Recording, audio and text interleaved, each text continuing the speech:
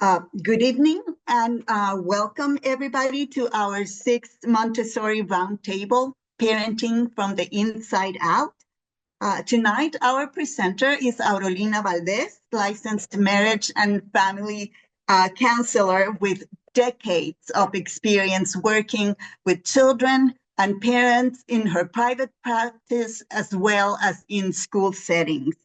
And I could spend the next 30 minutes talking about Aurolina's expertise and credentials, and that would not be enough, but I don't want to take any time away from her presentation because it's absolutely loaded with wisdom and practical advice for anyone who has children or parents or relationships with any other human beings. So please just give me a moment to greet our Spanish-speaking families and give them instructions to choose the translation option. And we will get started right after that. Oh, and I would like to remind you just to sign in on the chat. You know, I think there is a link there for a Google Doc. If you could put your name and your email address there, that way we can contact you later and give you the link to the recorded presentation so you have access to it whenever you need it later. All right. Buenas noches a nuestras familias de habla hispana y bienvenidos. Esta noche estamos presentando nuestra 6ª mesa redonda Montessori y el título es Criando a nuestros hijos de adentro hacia afuera. Nuestra presentadora esta noche es Aurolina Valdez. Licenciada en Consejería Matrimonial y Familiar. Aurolina tiene décadas de experiencia trabajando con padres e hijos en su práctica privada y en el ámbito escolar también. Y podría pasarme aquí 30 minutos hablándoles de la experiencia que tiene Aurolina y todas sus credenciales, pero no quiero quitar más tiempo de su presentación, porque van a encontrar que está llena de sabiduría y de consejos prácticos para cualquier persona que tenga hijos o padres o relaciones con cualquier otro ser humano. Entonces, para todos ustedes que prefieran escuchar la presentación en español, tienen la opción de seleccionar traducción simultánea en la parte baja de su pantalla. Algunos van a tener un icono de un mundo, otros van a tener un círculo con 3 puntitos adentro. Hagan clic ya sea en el icono o en los 3 puntitos, va a aparecer un menú y en la parte alta del menú va a estar la palabra Interpretation.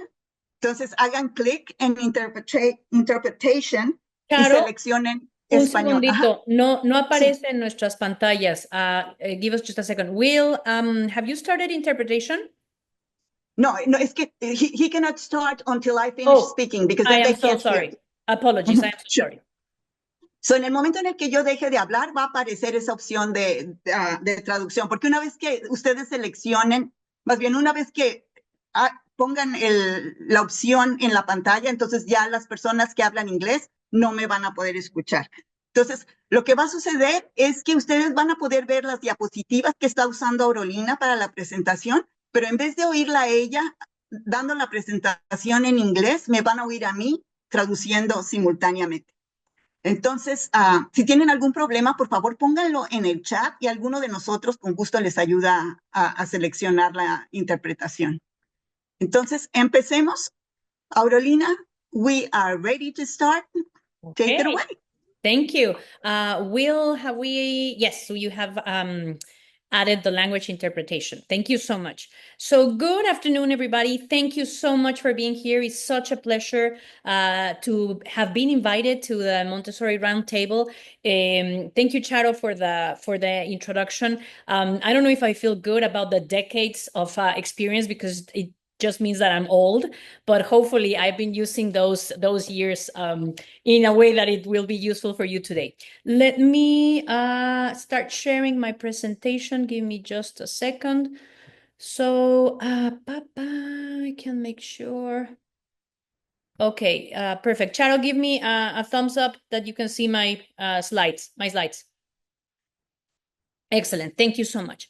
So yes, again, thank you so much, everybody. I just wanted to add that part of the reason that I am here presenting is not only I'm the mental health counselor for the Backman Lake location at Lumen, but I also enjoy doing things with Montessori schools because I was a Montessori child. My children were in Montessori. My mother is a Montessori guide. So it is like a whole philosophy, if not religion, at home.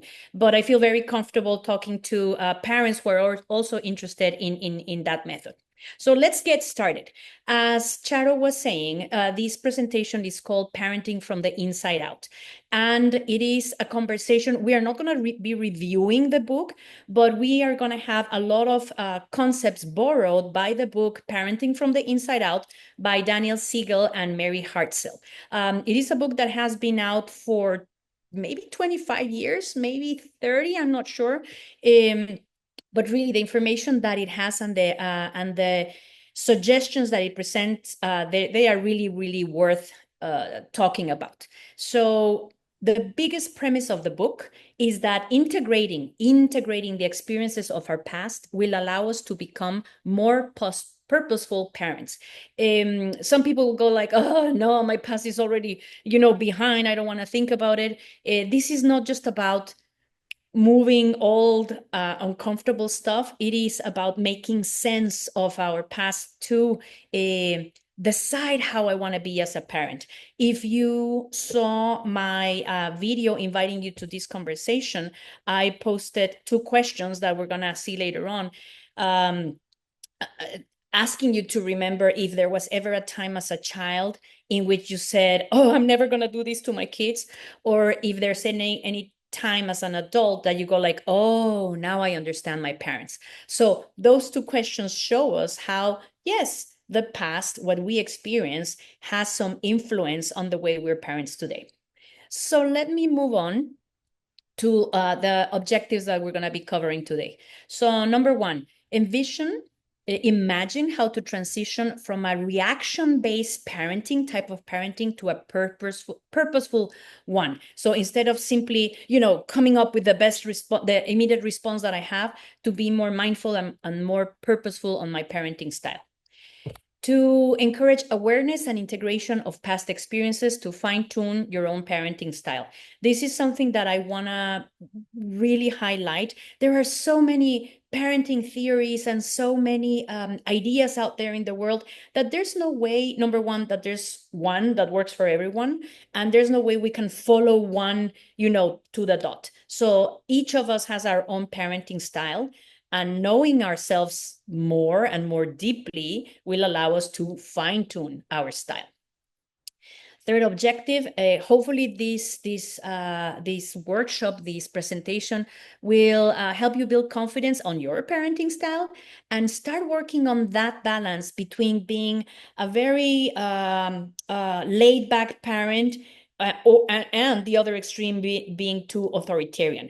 Obviously, we know that the extremes are not good, but the balance, finding that balance is always a journey. So hopefully this presentation will give you some sort of confidence on going through that journey. And finally, we're gonna talk about the fear of parenting, and I'll say more later on about it. I know that's a strong word. Not everybody is afraid of parenting, but there are some of us that sometimes when we realize, oh my God, I have 2 children, what do I do now? Sometimes there are a few moments of panic in our lives, but it's just, an expression. So let's get started. As I was saying, welcome to a conversation about fine-tuning your parenting style by increasing your awareness of the impact of your past on your present behaviors. And this next slide, this is nothing new to any of you. All of us, the world runs on generational patterns, right? As parents, we very often find ourselves repeating the words or the behaviors of our parents. I don't know, maybe if you had a parent who said, you're going to do that because I say so. And sooner or later, you're going to find yourself thinking, maybe you're holding back, but thinking, you're going to do this because I say so. Maybe you had a parent who said things like, don't cry or I'll give you a reason to cry about. Maybe you had parents that were very loving and very encouraging, and maybe you're repeating those same patterns. It is totally fine. Not every pattern is a negative one, and not every pattern is traumatic. But again, let's become more aware. Sometimes the impact of such repeated patterns is mild, and sometimes there are patterns in which there's trauma over and over through generations. Sometimes the impact of that repeated pattern is very damaging and very painful. On the book, there's one sentence that I really like that says, "The passing of unresolved issues from generation to generation produces and perpetuates unnecessary emotional suffering." And I think that's the most important part. That is what we don't want to do, to just perpetuate unnecessary emotional suffering. If our own issues, the book says, if our own issues remain unresolved, there is a strong possibility that the disorganization within our minds can create disorganization in our children's minds. So let's become more aware of those generational patterns and maybe traumas, so that we can start breaking them, breaking those cycles of behavior.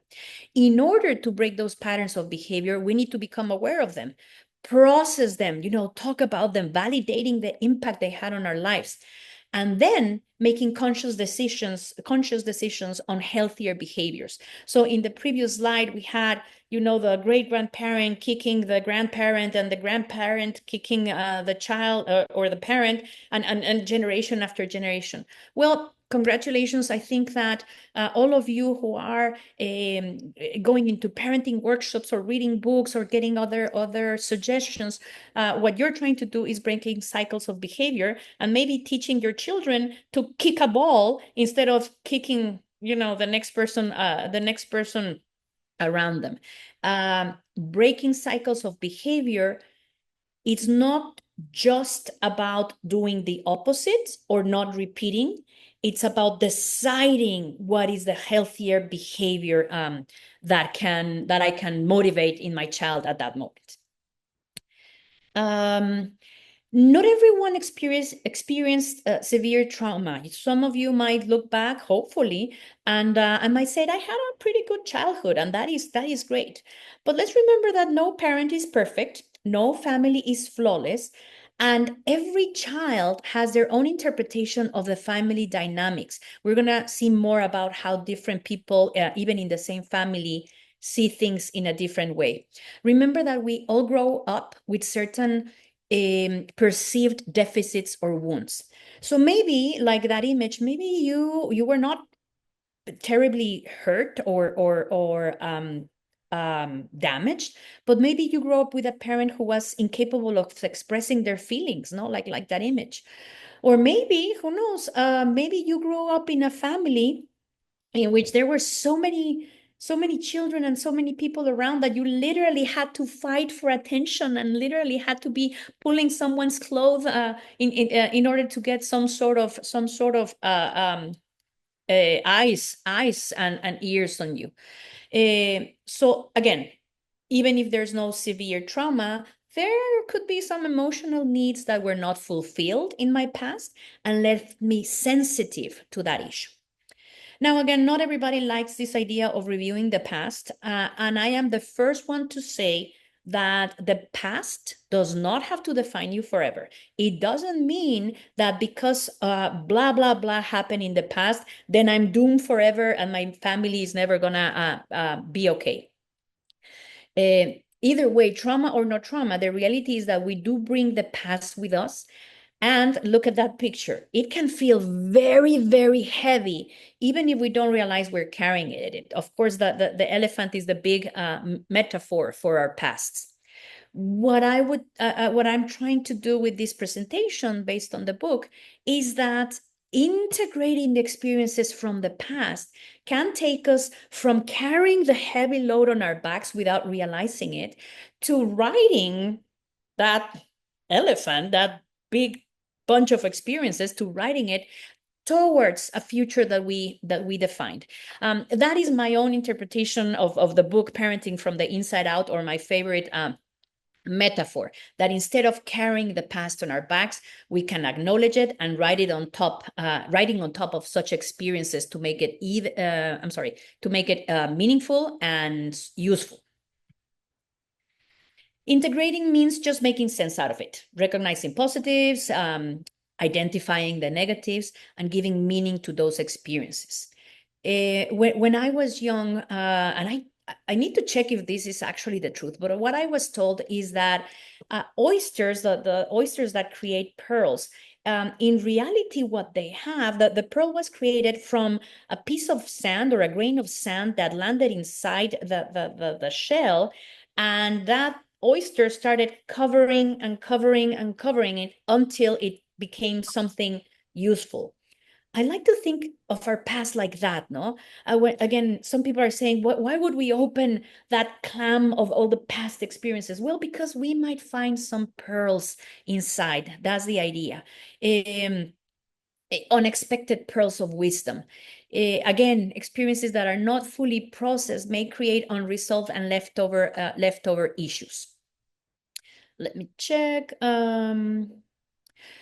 Another passage of the book that reminds us that even with the best intentions, and I know that because you are here and you're looking for more suggestions on how to be a parent, even with our best intentions, we might be filled with all defenses that make our children's experience difficult for us, intolerable for us. So again, let's look at the past. Let's look at the pearls of wisdom instead of just thinking them of horrible experiences that we want to forget.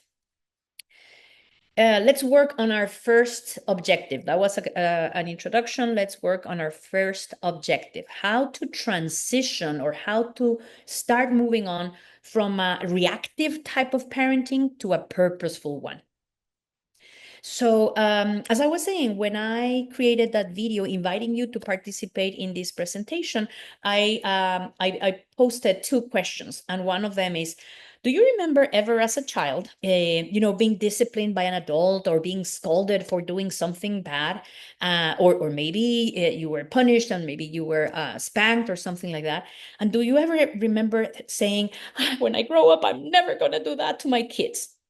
Well, perfect. That is a great start. That is one very good way of breaking generational patterns. However, I'm sorry to tell you that there is still work to do. It is a good start, but if you think about it, when I just say, I'm never going to do that to my kids, I am identifying what I don't want to do, but I'm not really working on how I want to be a parent, the type of parent that I want to be. So let me start this part of the presentation of transitioning to a different style of parenting by telling you the story of a person that was in one of my parenting classes about maybe 10 or 12 years ago. This was very, very powerful, and I think it's a very good example right now. So I was teaching with a coworker. We were teaching a parenting class, and we were already by the 3rd session, if I'm not mistaken. And a parent, when we were starting, one of the fathers said, I need to share something with the group. Okay, please, thank you, by all means. So the day before, or one of the days before our workshop, for whatever reason, he got extremely angry with his child. He remembers being very upset about whatever the child did, and he remembers just towering over, kind of cornering the child, and kind of towering over his daughter. In this case, it was a daughter. Feeling extremely angry and feeling that he was about to explode. And then, in a matter of a microsecond, he saw himself in that corner, and he saw his own father towering over and scaring him completely. He had a huge flashback to 20 years before, when he was the child who was misbehaving. So I think this was the most beautiful example of how he became aware. Oh, wait, I'm repeating, and this is something that I don't want to do. If you think about it, situations like these are usually accompanied by feelings of confusion for both the child and the parent, maybe indignation and helplessness, especially from the child. So if this parent had decided to just stay there and say, I don't want to be that kind of parent, that would still be called what we're calling on the book reaction-based parenting, or I'm modifying the words a little bit, but reaction-based parenting. I just realized something from my past. First of all, he was just reacting like his father, but then when he realized something from his past, he stopped himself. He could have, reaction-based parenting could take several, how would we say it, several forms.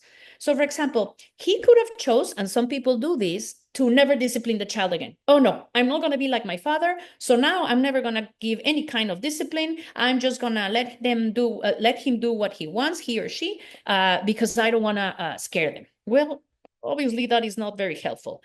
Some people choose to become the good cop and let the other parent be the bad cop. Maybe if you're there with your significant other, maybe you have found yourself in that situation. It happens often. Um, Reaction-based parenting, another example would be asking the child to please behave well. Way too many times in our modern society, I have seen parents that instead of providing discipline, they just go like, please, please, please, can you do this, honey? And will you do that? And they are begging the child to behave, which is not the role of a parent. And it's still reaction-based parenting because they don't want to be the mean dad or the mean mom like theirs was.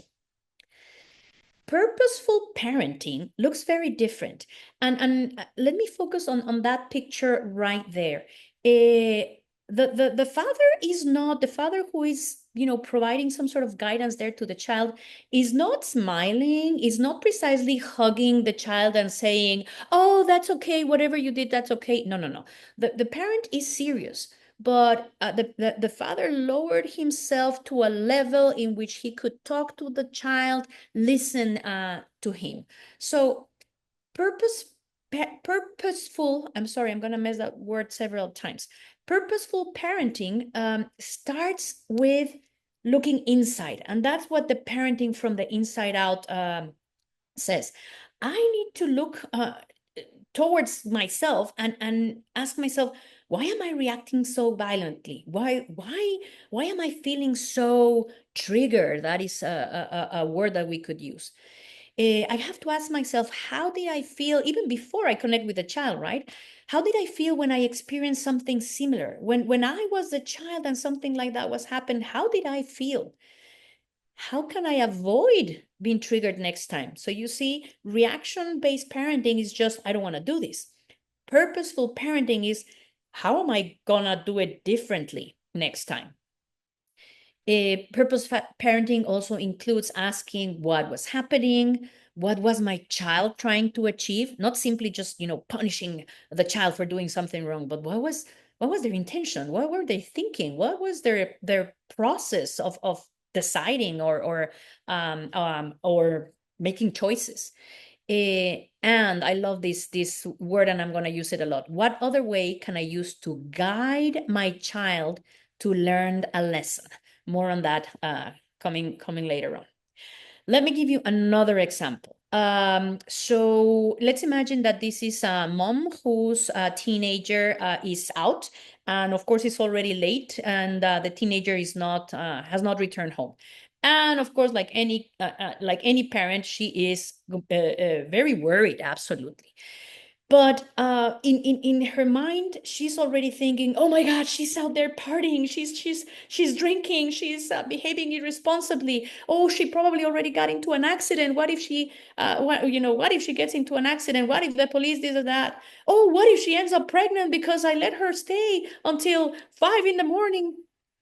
If you look at this, her imagination is already sending her to a million uh, to picture a million different scenarios that most likely are not what are what is really happening.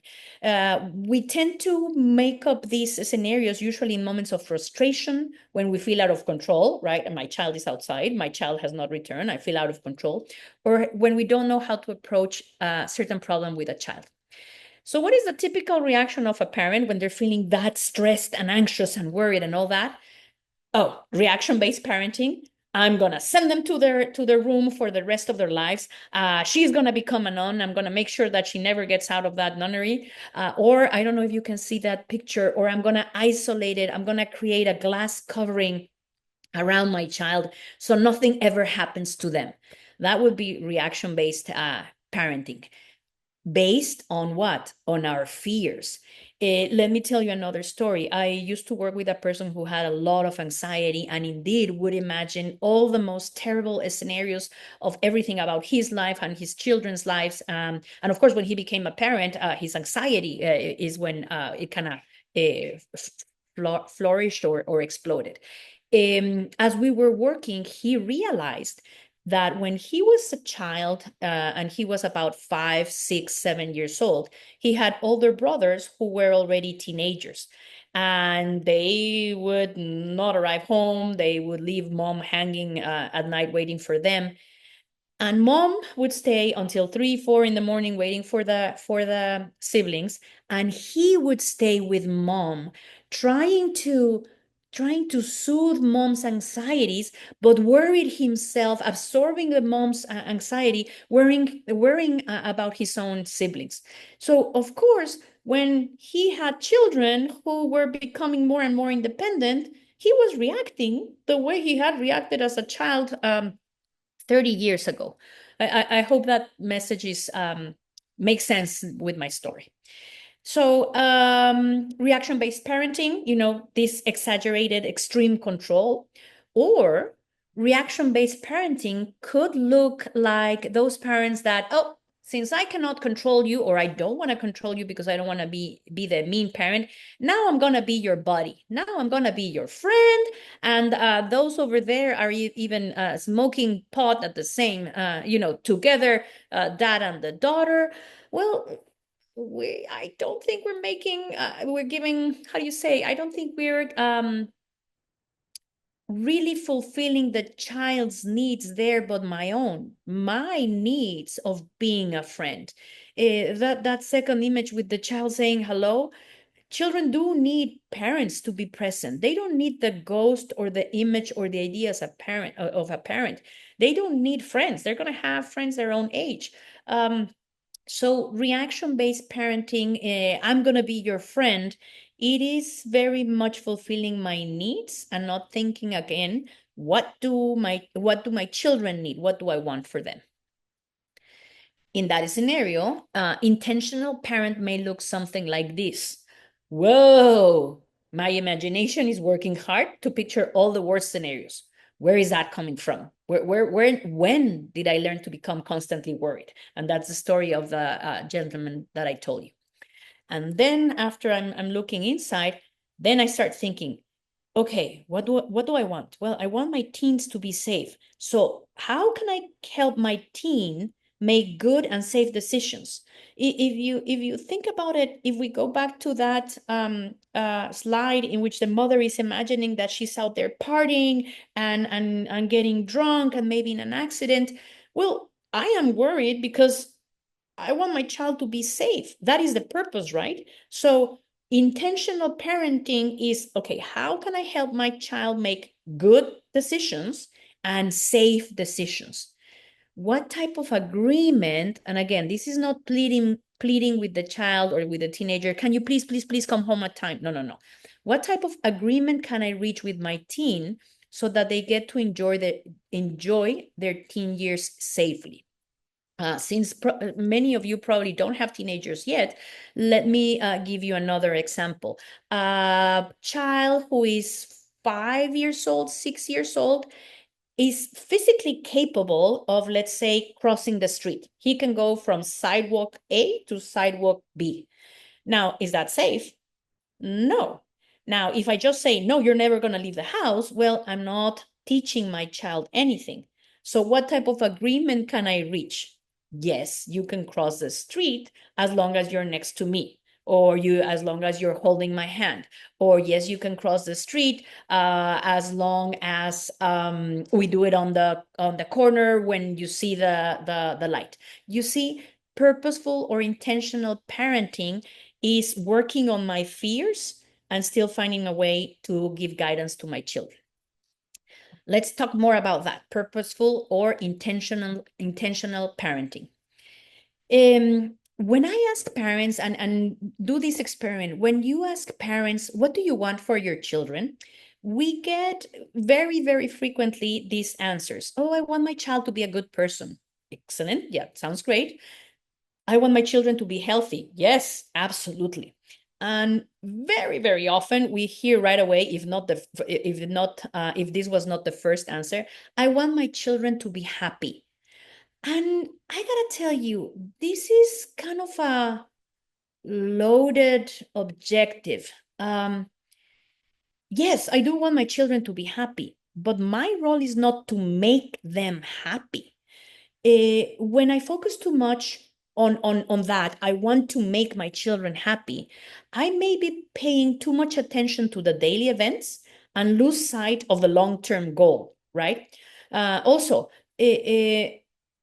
happiness, it's impossible to be constantly happy. Happiness, or like any other feeling, is the result of a contrast, right? I know what sadness is, I know what happiness is. So if you think about it, my objective or my goal is not to make my children happy, but my role is to guide my children on how to overcome painful experiences in life. This is super, super different.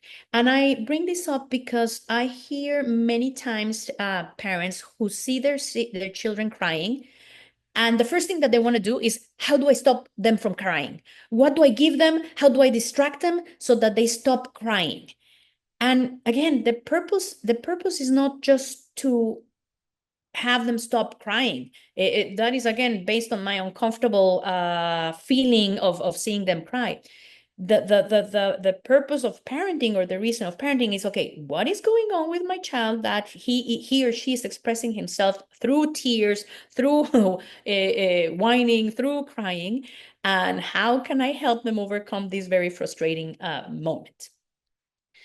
So my real role as a parent is to guide them. And in order to do that, I need to integrate my own experiences in life. What do my children need? Remember, the first question was, what do I want for my children? Then that is my stuff. What do my children really need? And of course, they need food, they need shelter, they need clothing, they need academics, studies, they need nourishment, they need love. And what they need from me is guidance, limits, structure, and tools. Remember when I said that my job is to help them overcome the frustrating or the difficult aspects of life? This is what I can give them: the tools, the guidance, the structure, so that they are capable of dealing with the difficult things in life. I drew on purpose not only the map, which symbolizes, checkpoints, having a destination, having, how do you call it, limits, the highway that tells you where to go. But I also included tools that are meant for building and fixing stuff, and tools, the paintings and all of that, to make life beautiful, to be able to enjoy the beauty of life. Again, my role as a parent is to give them this, to see what they can do with those tools and those abilities. I want my child to, so I can change my words into, I want my child to be able to overcome adversity. I want my child, look at these objectives, they're very different. I want my child to have a moral compass to differentiate right from wrong. I want my child to be assertive. I gotta tell you, parents, if you don't like when your toddlers tell you, no, I'm not gonna do it, well, think about it, because that is exactly what you want. You want your children to be able to say no to people in a very assertive way in many events in the future. I want I want my children to choose friends wisely. It's not just I want them to have good friends. I want them to choose friends wisely. I want them to build healthy relationships. I want them to find a satisfying role in life. It's not that I want them to be lawyers or doctors. I want them to find a satisfying role in life. If that happens to be being a lawyer, great, no? I want my children to have confidence in their abilities. So again, look how this is purposeful parenting. I am thinking not of the final place where my children will be married with children. They're going to be a lawyer. They're going to live in a big house. No, no, no, no. I'm thinking of what are the tools I can give them so that they can come up with the best version of their life. That sounds interesting. That sounds something that hopefully we can all give our children. Okay. So again, if I want to give them all those tools, if I want to take them in that direction of all of those behaviors that I was just talking about, I need to think about which are my emotional needs that could be interfering in giving them what they need. If I want them to be assertive and I want them to be able to say, no, I'm not going to do that, am I ready to take that from my child? Will I be extremely triggered when my authority as a parent is challenged? Well, I need to work on that. I need to work on how I'm gonna do that. Even with love and the best intentions, we may be filled with all defenses that make our children experiences intolerable to us. For some of us, it's very difficult to hear our children cry. For some of us, it's very difficult to see them throw a tantrum. We very often feel judged about the rest of the world when our child is throwing a tantrum. For some of us, it's very difficult to see a child fail in school. So what might be some of my issues that prevent me from helping them? I might have some abandonment issues. Let's imagine maybe I had parents working in another city and I was raised by relatives. But for sure, I have some abandonment, some sadness because of that. Maybe I grew up watching violence at home, maybe physical or maybe quote unquote just emotional. But maybe when I do see someone displaying anger, I react violently because I feel threatened.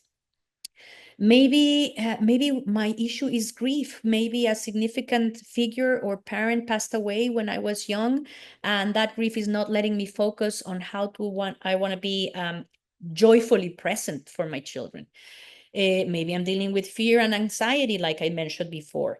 Maybe I grew up in a household where it's very difficult to express emotions. Think about your vocabulary for emotions. When people ask you, how do you feel? Mostly we say, fine, so, and bad.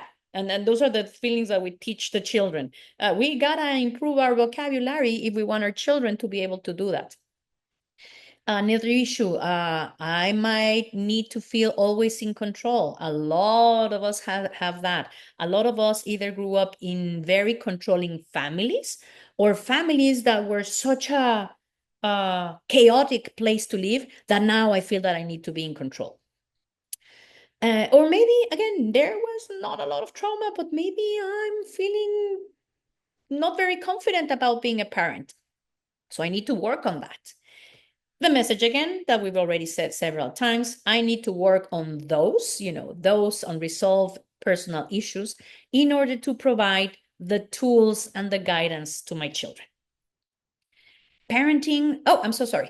Yes, parenting is about building a solid foundation with my child. Let me read this one. It's about building a solid foundation with my child in which my understanding and support during their first couple decades of life, so yes, the first 20 years, 25 years, will provide them with the confidence and ability to face adversity on their own. So again, I am not going to be my children's my son or daughter's friend per se.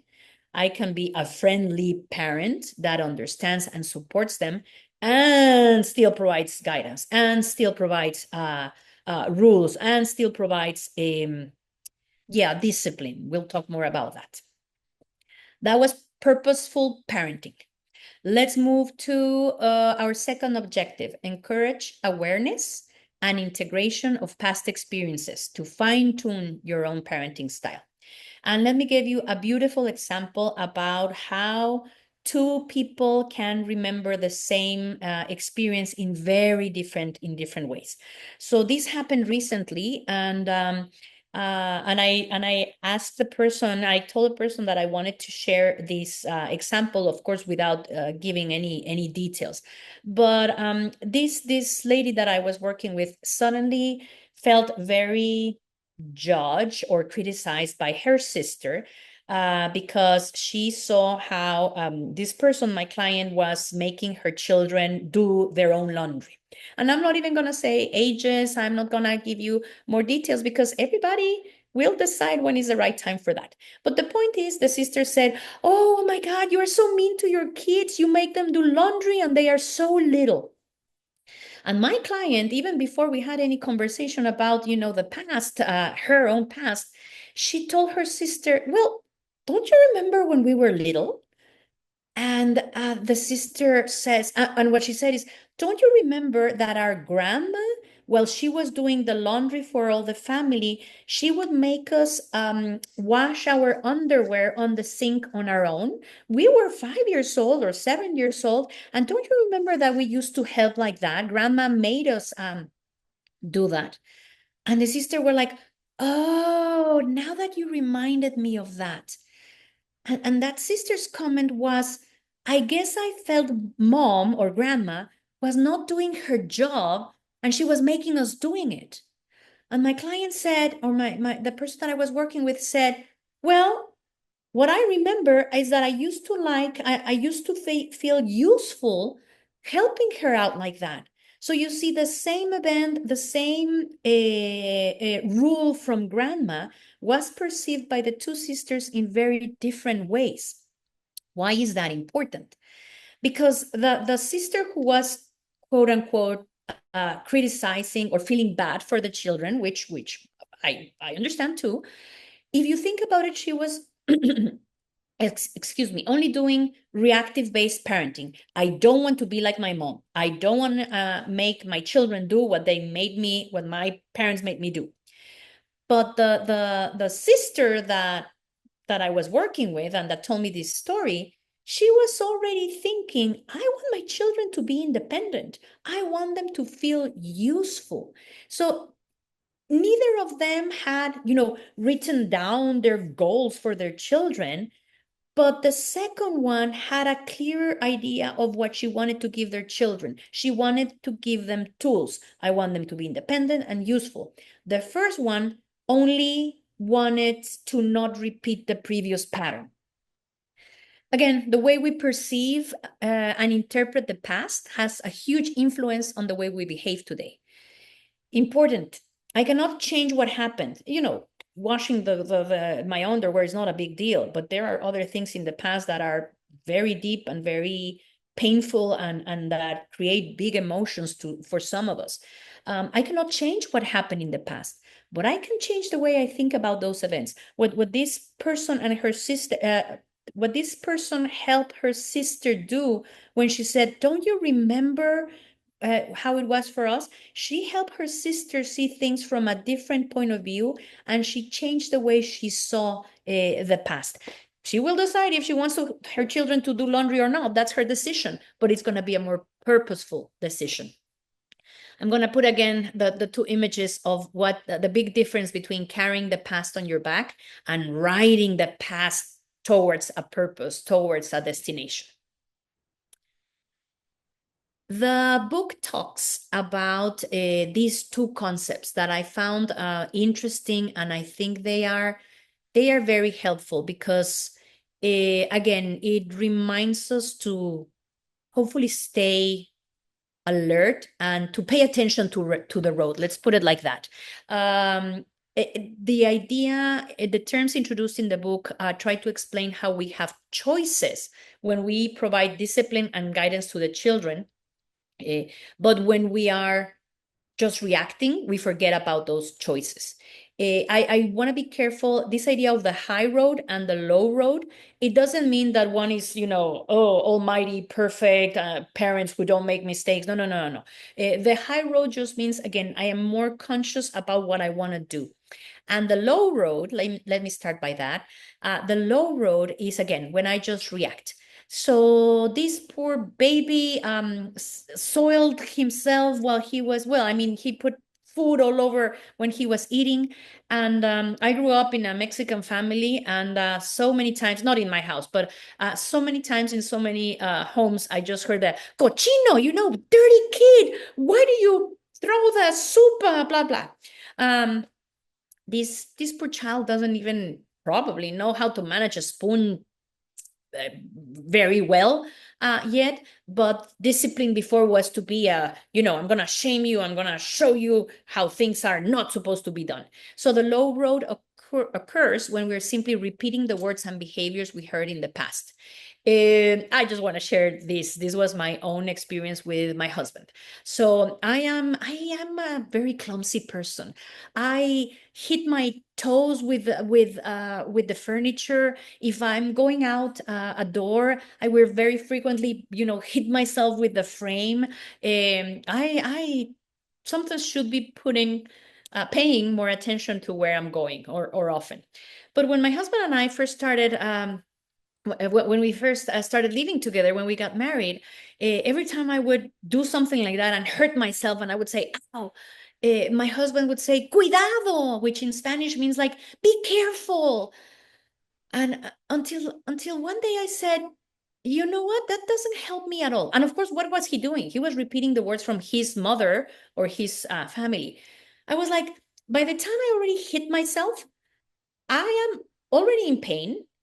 It's clear that I wasn't careful, and you telling me to watch out, it's too late. So how about next time you tell me, are you okay? Can I help you?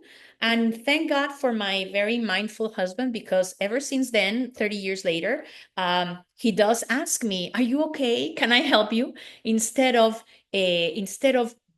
making this, oh, I can't believe you hit yourself, or making this disappointment face. Oh, sorry, I went too fast over there.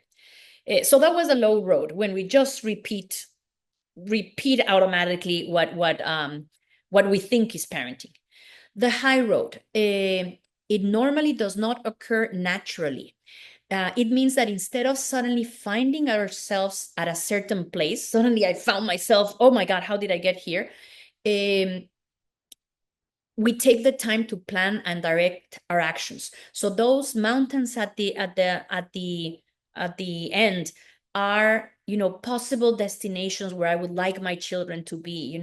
I'd like them to be able to reach certain goals and certain to develop certain abilities in the future. So it takes a roadmap. It takes a series of decisions to take me there. Again, very, very mindful.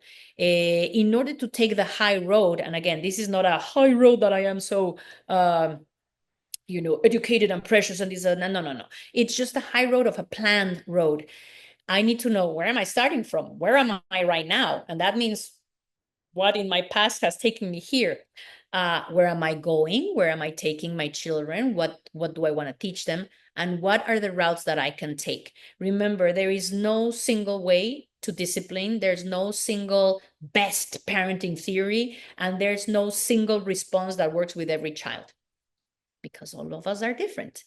The low road, allow me to use this image, first of all, is by the time I realize I'm on the low road, I am already tumbling down. By the time I realize it, my knee-jerk decision, my knee-jerk reaction to my child, for example, when they're throwing a tantrum, or when they are crying unconsolably, or when they are being stubborn, my knee-jerk reaction has already taken me to a place that I did not intend, and it's certainly what I not plan. So that poor man tumbling down, that's the idea of the low road, right?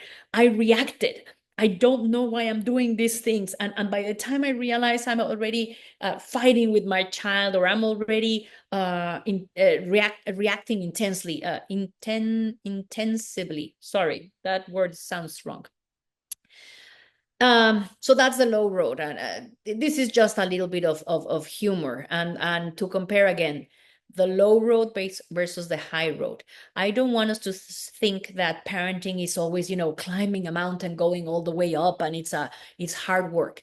No, even if I'm going downhill, the low road means I'm just stumbling down, behaving without any plan, and taking the high road means even if I'm going downhill, I am taking steps to get to a certain place. The book on this same chapter introduces the concept of response flexibility. So this idea that when I know myself, I know that what makes me tick, I know what triggers me, and I know what I want to teach my children. When I have those two things fairly clear, now I can choose. Now I have the flexibility to choose from a series of responses instead of simply rolling down the hill, instead of simply finding myself in a place that I didn't plan. Here goes another personal story, and I am not proud of this one at all. It's one of my least how would I call them? The lowest moments or least shining moments as a parent. We were biking with our two sons. We have twins. We were biking with our two sons and another family. The boys were about age 11. And we were, on the woods and mountain biking, and one of my sons kept falling behind and just couldn't keep up. And of course, first I was like a cheerleader. Come on, you can do this, honey. Just do it like this and keep up with us. And look, it's so beautiful over here. But little by little, I started getting upset because he kept on complaining. He kept on saying things, and quite honestly, now I don't remember what were his words, because now I only remember, not very pleased with myself, how upset I got. I can only remember my very poor reaction. That is tumbling down the hill, literally going on the low road. I was frustrated. I was angry at him. I am sure I yelled. And when I finally said, okay, let me try your bike, I realized he was right. There was a problem with his chain. There was a problem with his bike, and he just couldn't keep up with the rest of us because of that. Now, for years, I tell you, for years, I did not understand my reaction. I knew I had done wrong. I knew I had hurt my child with the way I reacted, but I did not know where that came from until very recently, doing my own work with my own therapist, me being the client, that I realized that when I was growing up, my father really encouraged me to be athletic and to, jump up and down and throw myself from one place to another, and I'm biking and doing all of these adventurous things. In my mind, that was the dream, to have two children with whom I could, go on amazing adventures. But then on that day, I had this child that was not meeting my expectations. So you see how my past triggered, I'm sorry. And my brother was not athletic. My brother was not so adventurous. My brother was more careful. And I was crazy. I did not know how to control my energy. But my father encouraged that, and I felt loved by my father. And my brother was not like that, and I don't know his experience, but I didn't think he had the same connection I had with my father. So when it happens with my child, I'm getting completely upset because he was not meeting my expectations, my unconscious expectations of being cool and brave and adventurous like the other three children that were there. So I still have to process this with my child, who is now 25 years old and about to get married, and talking about in the somewhat near future becoming a parent. I need to talk this with him. I need to acknowledge my mistake with him and tell him how much I've learned ever since. And hopefully he will not repeat the same mistake and he will do one of his own. But again, another example of the past, how it impacts us. Let me move on. Third objective. I know I just told you one of my most shameful experiences as a parent, and there are, of course, a lot. And then I'm going to tell you, okay, but I want you to build confidence on your own parenting style. I guess what I want to tell you is that we all make mistakes. We'll talk more about that. Even with a lot of studies and with a lot of preparation, we will have strong reactions. But in life, in many aspects of life, the only thing that we can do is constantly navigate between, or trying to stay in between the two extremes, right? I don't want to be too authoritarian, maybe like I was that day. I don't want to be too disengaged as a parent. I would like to tell you that as parents, if we're constantly, somewhere navigating between those two boundaries, consciously, I think we're doing a good job. I think we're doing the best we can, which is important. So, the balance really is not just between authoritarian and disengaged parenting. This is not on the book, but you will find that many theories of parenting talk about these four styles of parenting. So if we were to divide parents into two axes, four different parenting styles, if we put, I'm sorry, left to right, how demanding you are as a parent, how much you expect your children to behave in a certain way. That's to the right, high demandingness. If you are like, whatever they can do, they are just children, you have low demandingness. What a funny word. And if you are someone who is attuned to your children's needs, you would be high in responsiveness. Or if you really don't pay attention and you just focus on what you need, you have low responsiveness. What I'm trying to say with this is that there are four parenting styles that are frequently recognized. The Auro? first one, Auro? yes. This is your 10 minutes before Q&A. Oh my God. Okay. Thank you. The first one is the authoritarian, the one that we know that you do what I say. The second one, thank you, Cami. I forgot to say. The second one is uninvolved. Oh, you do whatever. The third one is permissive, but in the way of, I don't know what to do with the children. I really, children are children and I don't know how to guide them. And the last one where we want to be is authoritative. Look at the difference between authoritarian, you do what I say, and authoritative. I can give you ideas, I can give you guidance in life. What the book is suggesting is that when we don't pay attention to the past, we are working on the three styles that are not authoritative. So if my experiences in the past tell me that I need to be in control, I'm normally going to be an authoritarian parent. Somehow I figured out that I either set the rules straight or chaos is going to happen. That is an authoritarian parent. And sometimes that comes from authoritarian families, and sometimes it comes from experiencing chaotic families. So take a look at how you were raised. Take a look at your impression of what was your family like if you're finding yourself in this type of parenting. The type of parents that is uninvolved, it usually means that what I experienced as a child left me unwilling to be a parent. It's like, whatever, no matter what I do, children will grow up and they will either be a mess or will be fine. I'm just going to watch TV. That is uninvolved parent. The permissive parent, the past has influenced me in a way that I'm clueless about what to do as a parent. I know that children have needs and that they want to play and that they are not good at controlling their emotions, but then I have no idea on how to guide them. That is a permissive parent. In a way, this is the parent who just wants to be a friend. I don't want to be mean, but I don't know what to do.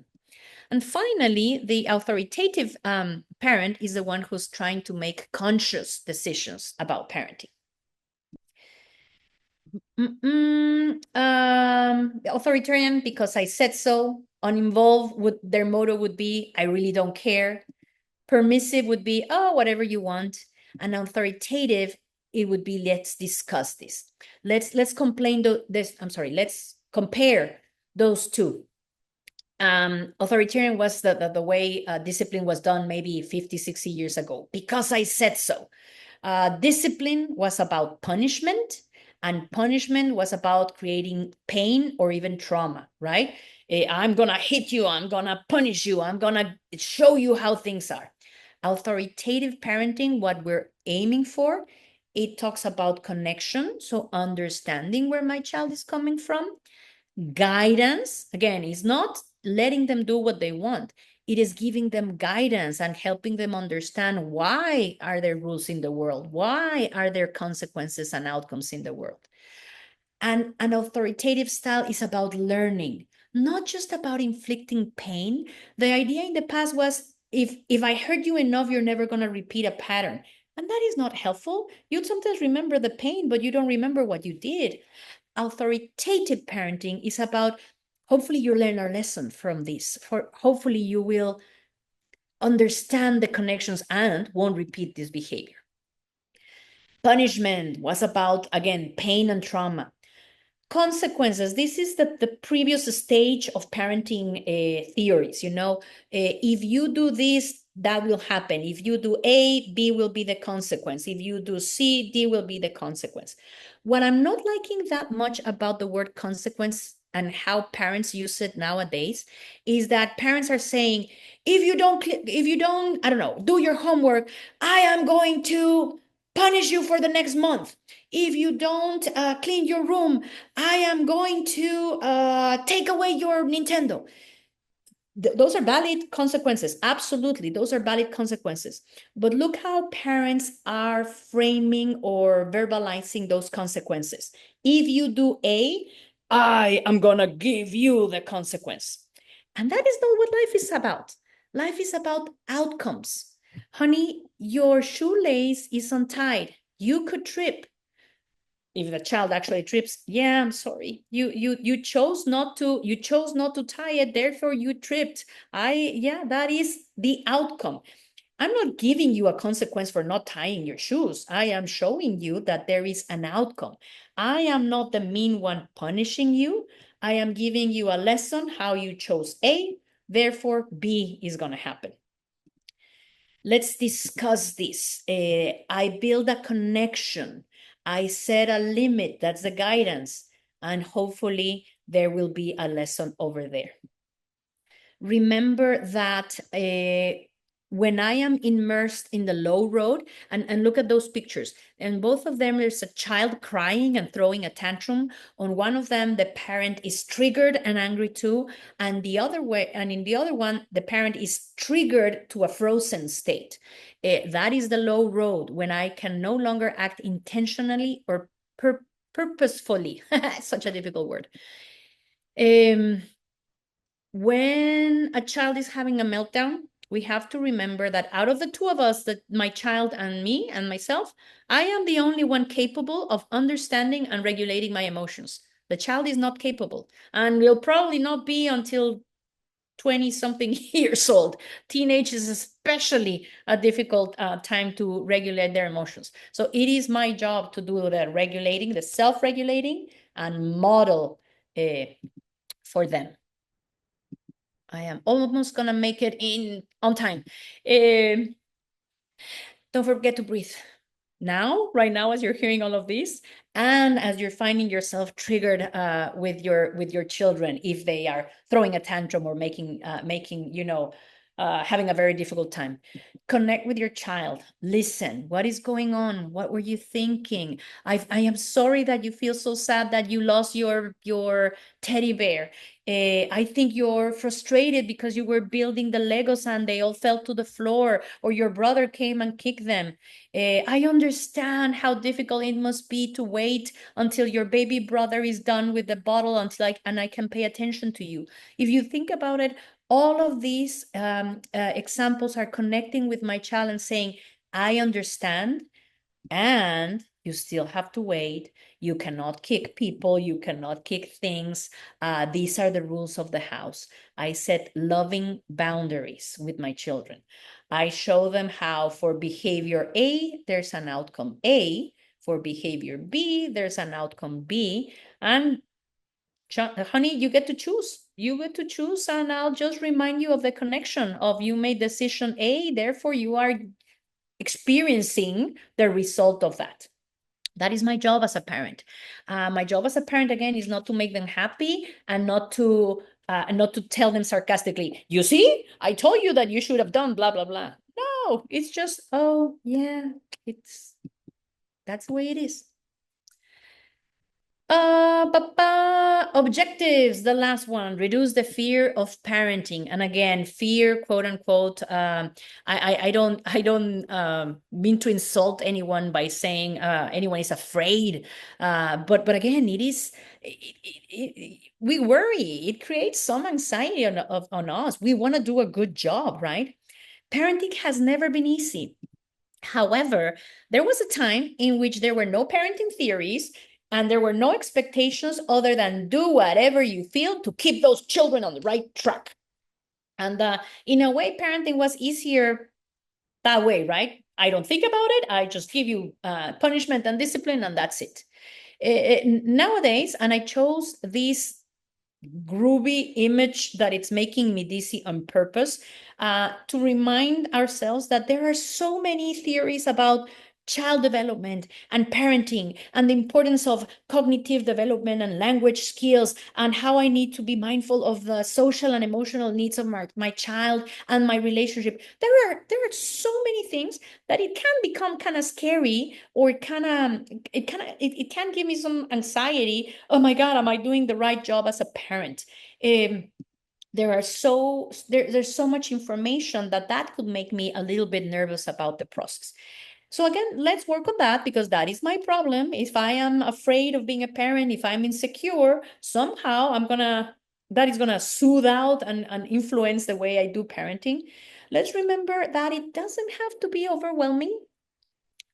And the first thing that I need to remember is that I am bound to make mistakes. I will make mistakes. And of course, the ones that I told you about myself or other people are not the only ones, the only mistakes that I've made. I've made quite a few others. As focused as mindful I would like to be, there will be many times in which I will simply react and I will behave based on my inner impulses. I want to emphasize this because there are some of us that also, once we know something, we have very high expectations of ourselves and we want to be perfect parents. Well, guess what? We can't be, and we will mess up sometimes. But there will be many daily opportunities to correct my mistakes. So even after that awful experience biking with my son, we have had other wonderful, amazing experiences, even on bikes. And in general terms, we have a good relationship. Did I hurt him? Does he remember that? Probably yes. With pain, probably yes. But there are many opportunities to correct mistakes. The book presents these two concepts: disruption and repair.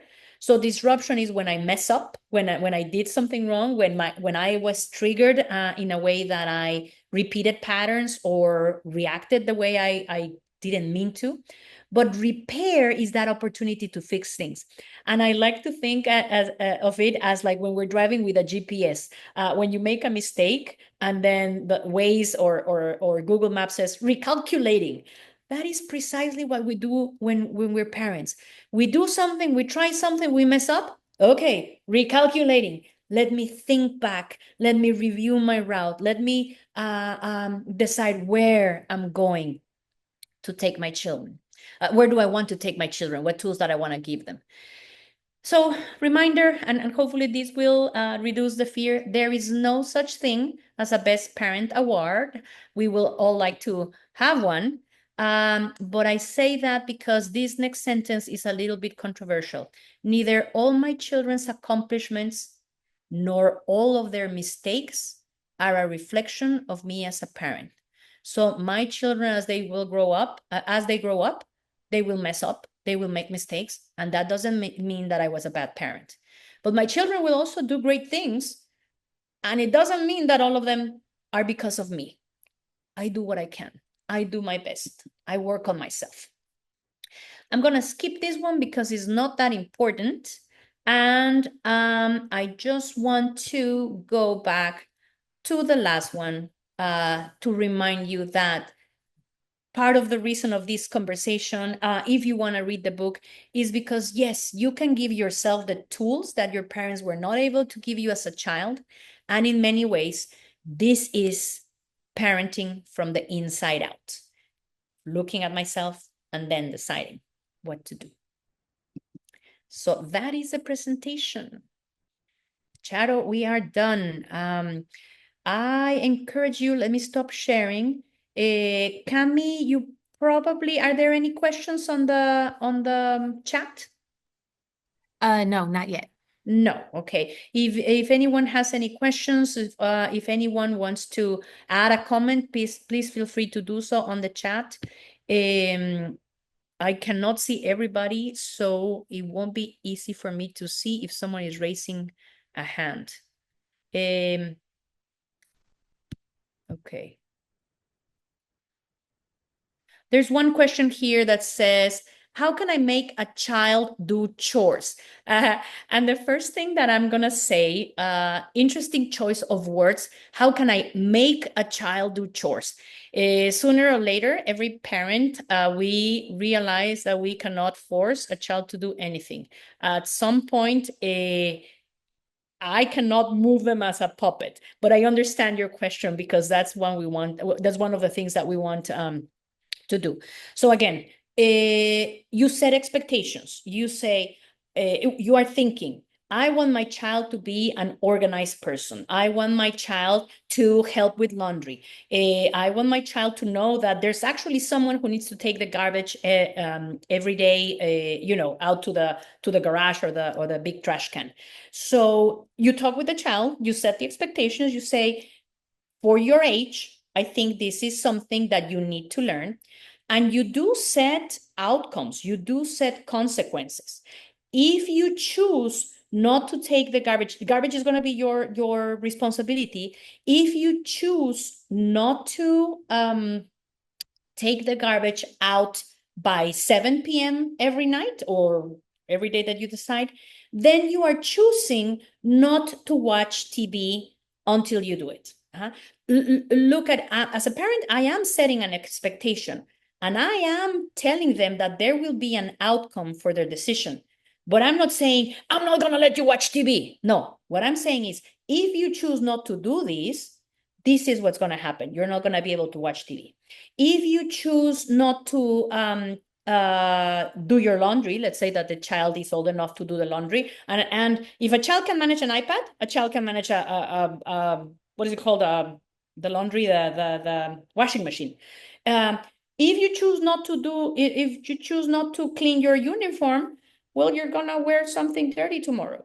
If you choose not to do your homework, you will have to deal with the teacher. You will have to explain that to them. So the way I do it is to make sure that I'm not going to punish you, but you're going to experience something unpleasant. And the more you keep on the more you keep on choosing the wrong side, the more you're going to be experiencing unpleasant consequences. Let me know if that was helpful. I see that somebody wants to ask a question in Spanish. So yes, please do, and I will translate it to English, and Charo can help me with the translation to Spanish at the same time. So that's Hola, Charo, perdón, Auros, soy Rocío, ¿cómo estás? Yes. Hola, muy padre presentación, gracias. Gracias. Oye, ya esta es una pregunta que he visto en adultos, una conducta en adultos que repitieron una conducta que juraron que nunca iban a repetir. Ajá, Dos jóvenes que sus papás, no, ellos sufrieron mucho porque sus papás eran, vamos a decir, ojo alegres, y ajá, vieron mucho a sus mamás y a sus familias sufrir. ajá. Entonces ellos jóvenes juraban que nunca en su vida iban a convertirse, iban a repetir esa conducta de sus papás. Ujú. Se casaron y al cabo de los años me doy cuenta, después de años, pregunté cómo estaban, se divorciaron Y están porque repitiendo. repitieron las conductas de Okay. sus papás. ¿Cómo? So déjame traducir. Let me translate. So Rocio is asking.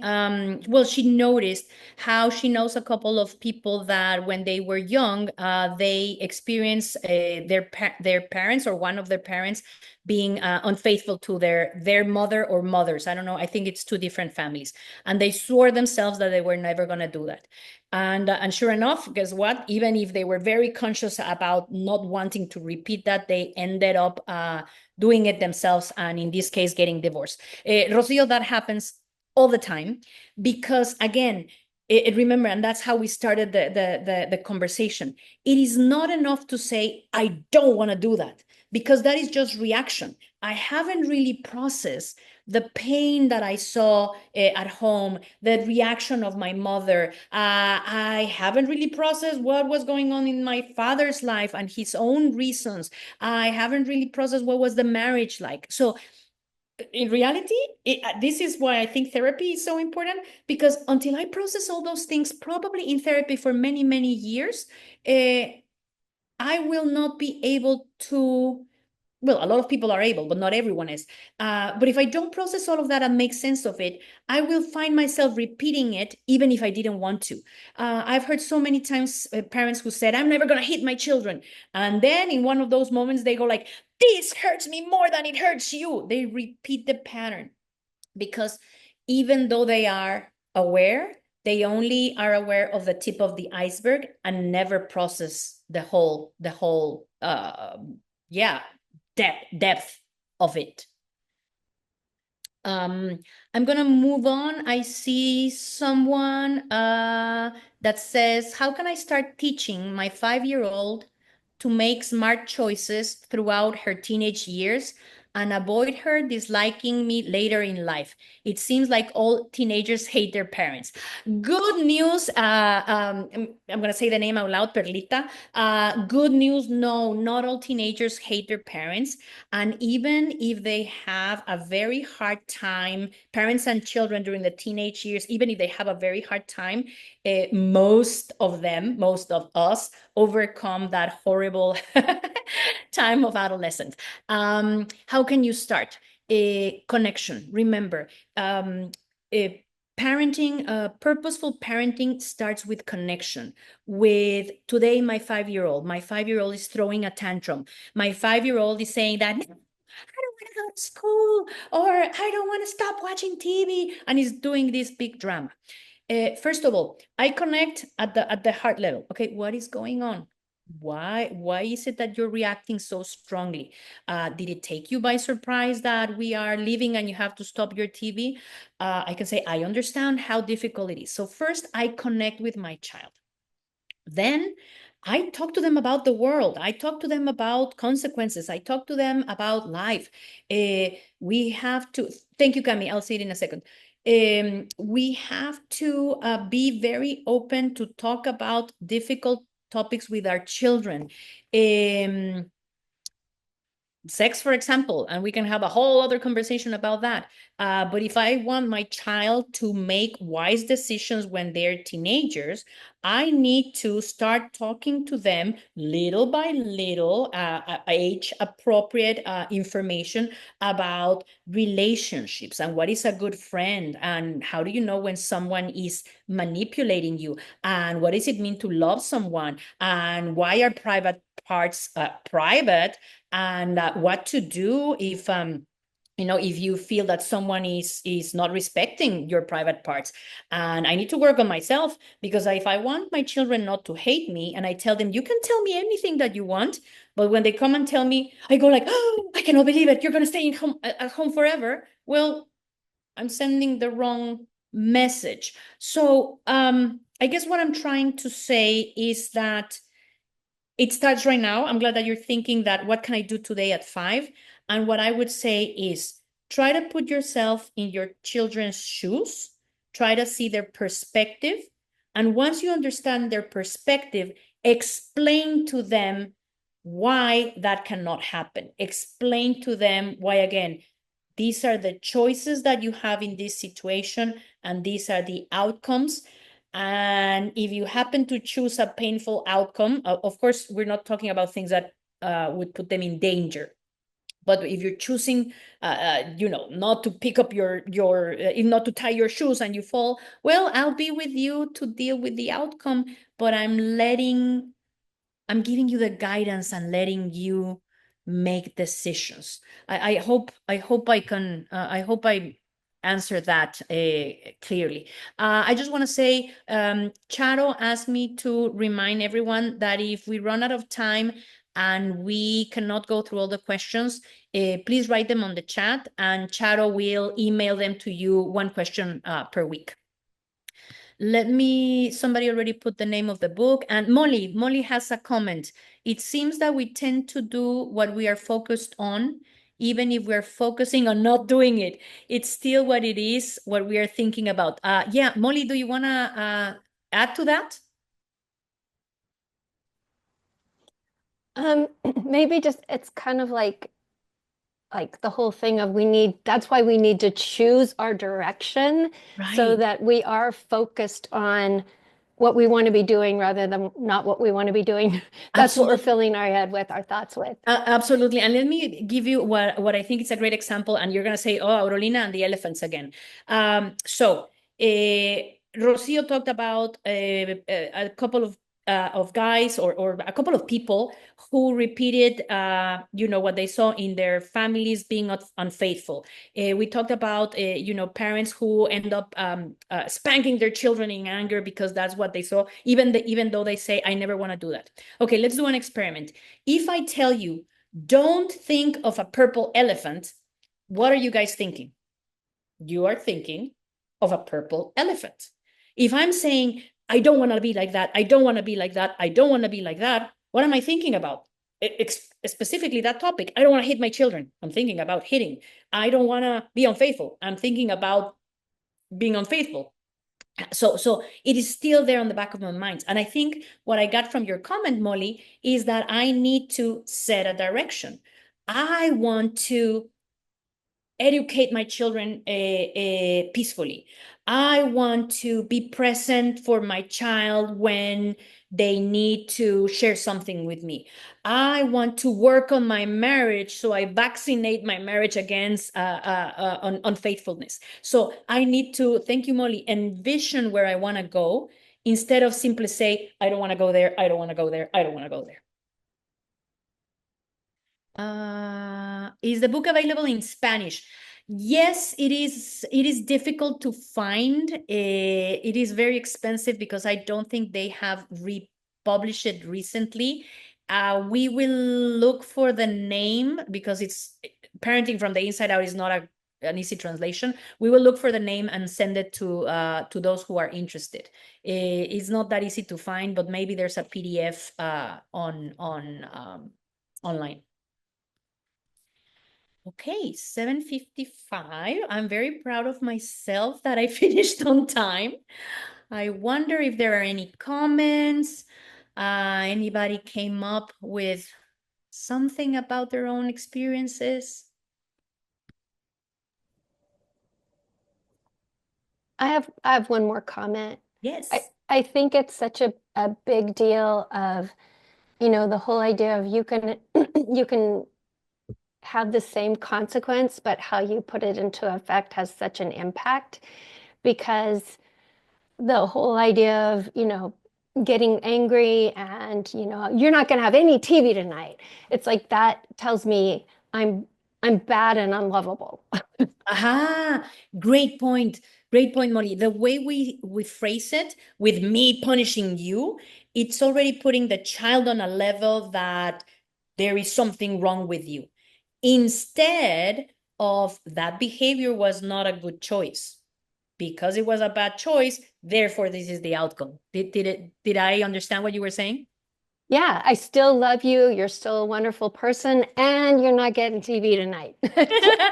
And I love the and. I absolutely love the and, because it's, yes, you made a mistake or I made a mistake, and we still love each other, and I still have to guide you. No, both things are part of reality.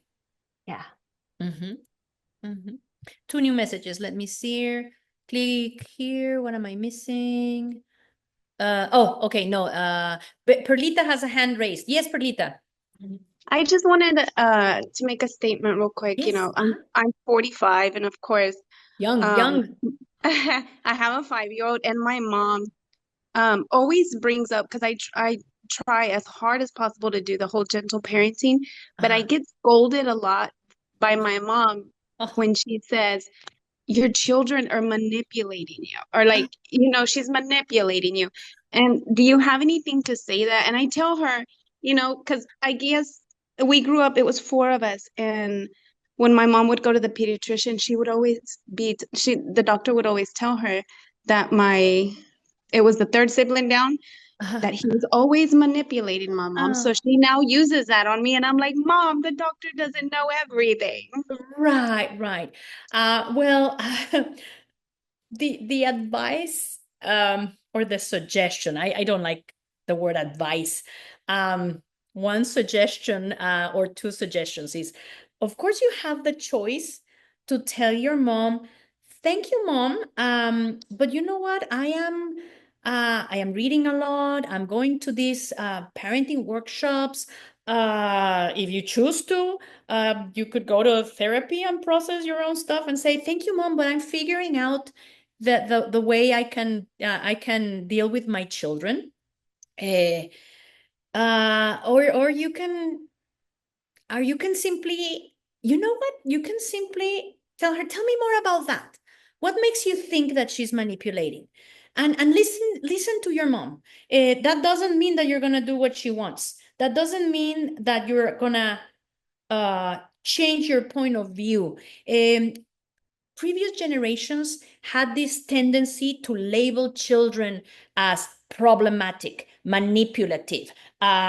She just wants to be in your arms all the time.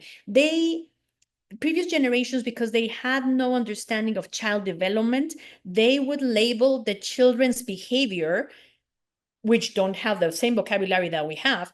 They would label the children's behavior with a negative adult trait: manipulative, tantrum prone, too weak, this and that. So I would say, turn it around, listen to your mother and ask her, so where did you get that idea? Or how did you see it with us? Or tell me about how did you see our personalities? That might be a way to get her off. This is going to sound horrible, to get her off your back, to hear her point of view, but also to not having to explain yourself. Well, I decided to go by my motherly instincts is when I start, of course, when your baby is born, you know how you're always told, oh, well, just let them cry. They'll fall asleep on their own.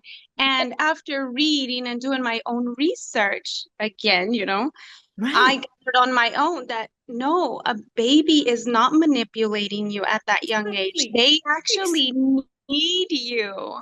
Right. Yeah, and then of course, it follows, their needs change as they grow older. And yeah, it's just we completely parent differently, and growing up and Precisely. saying, I don't want to do what my mom did, I want to do it completely opposite. And even if we read, even if we go to workshops, even if whatever, we will make mistakes as a parent. And that is okay, because it is our mistake, purposefully decided. Okay. I chose these books. I made this, I brought up these conclusions. Charo might read the same books that I did, and she will still have a different parenting style, and that is okay. But I salute the fact that you are saying, okay, no, I'm trusting myself, very important, and this is the information that I'm going to use to make my decisions. Make decisions, not just react. Thank you. Sure. So it's 8:01. I don't want to go over because everybody has families, obviously. Thank you so much, everybody. Thank you for listening to me. Thank you for giving me this opportunity. Feel free to send Charo more questions and let us know how we can help.